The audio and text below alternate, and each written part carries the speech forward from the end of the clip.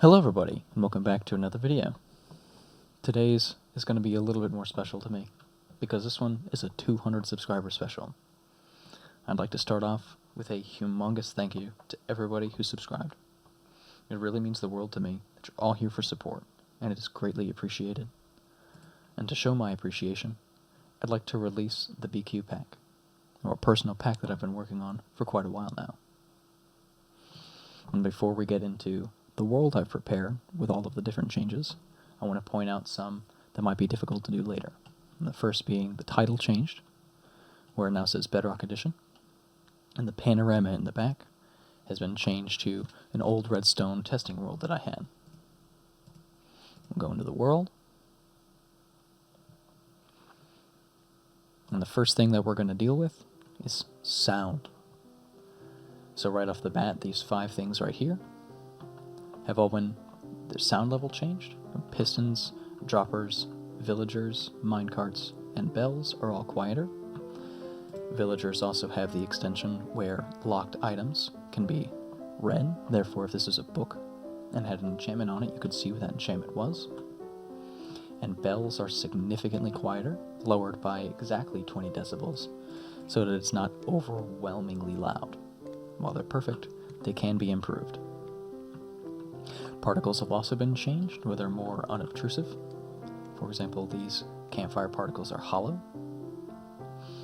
There are unique dye listings, so each individual color has an individual shape, as well as totems being smaller, so that when held in the offhand, they are not as in the way.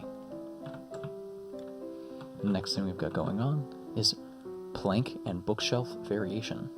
So as you can see, these 2 blocks are in different places and have different textures.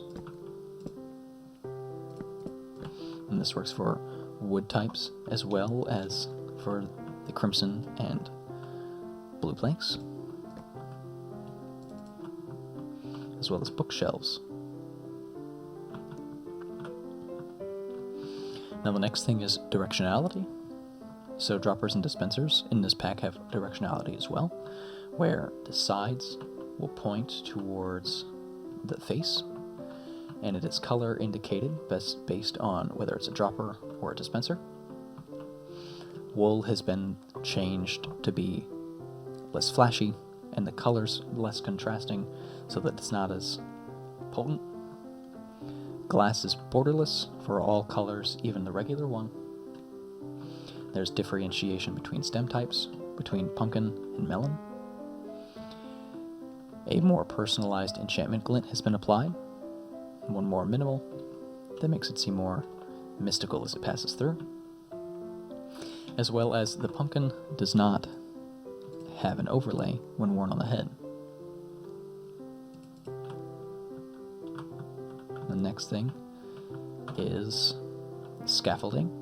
Has a hole through the top, also making it unobtrusive.